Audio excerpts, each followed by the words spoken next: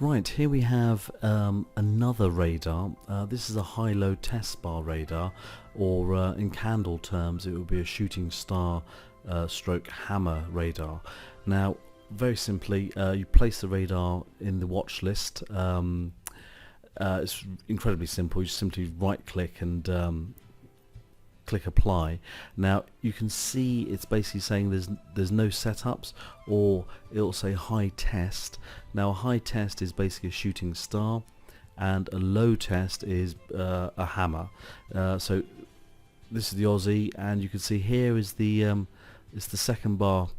This here is the shooting star, or the high test bar, and if we click on a low test example, you can see here there is the low test bar, and the reason it's the second bar and not the current bar is very simply because the bar has to close before it's registered as a high or low test bar, a shooting star or a hammer.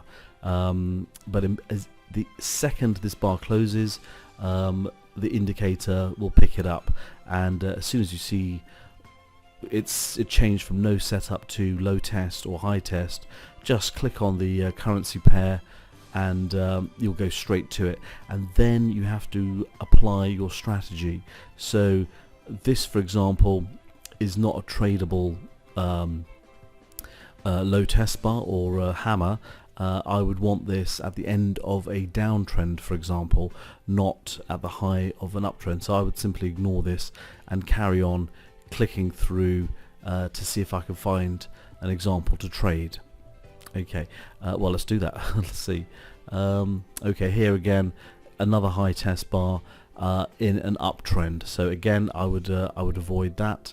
And let's have a look here. Okay, now here we have a high test bar or a shooting star in a downtrend,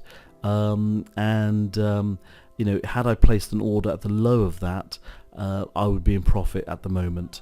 But as this is just an example and I haven't been monitoring it, you know, I've kind of missed this trade. But if you use this indicator as it's designed to be used, you would have found this entry as soon as this bar closed. You put an order at the low of that bar, and you'd be triggered in, and as I said, you'd be in profit at the moment. But anyway, I believe you have the gist of how this works. Now, this is not a strategy in itself.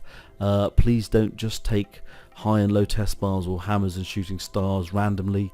They have to be you know, in the right trend, in the right phase, you know, bouncing off a moving average or bouncing off support and resistance, and yeah, then it's a high probability setup.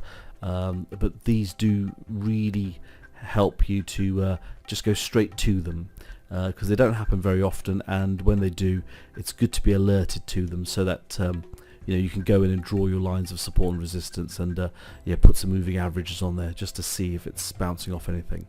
Well, I hope you find this radar useful. I certainly do. All the very best with your trading. Thank you very much.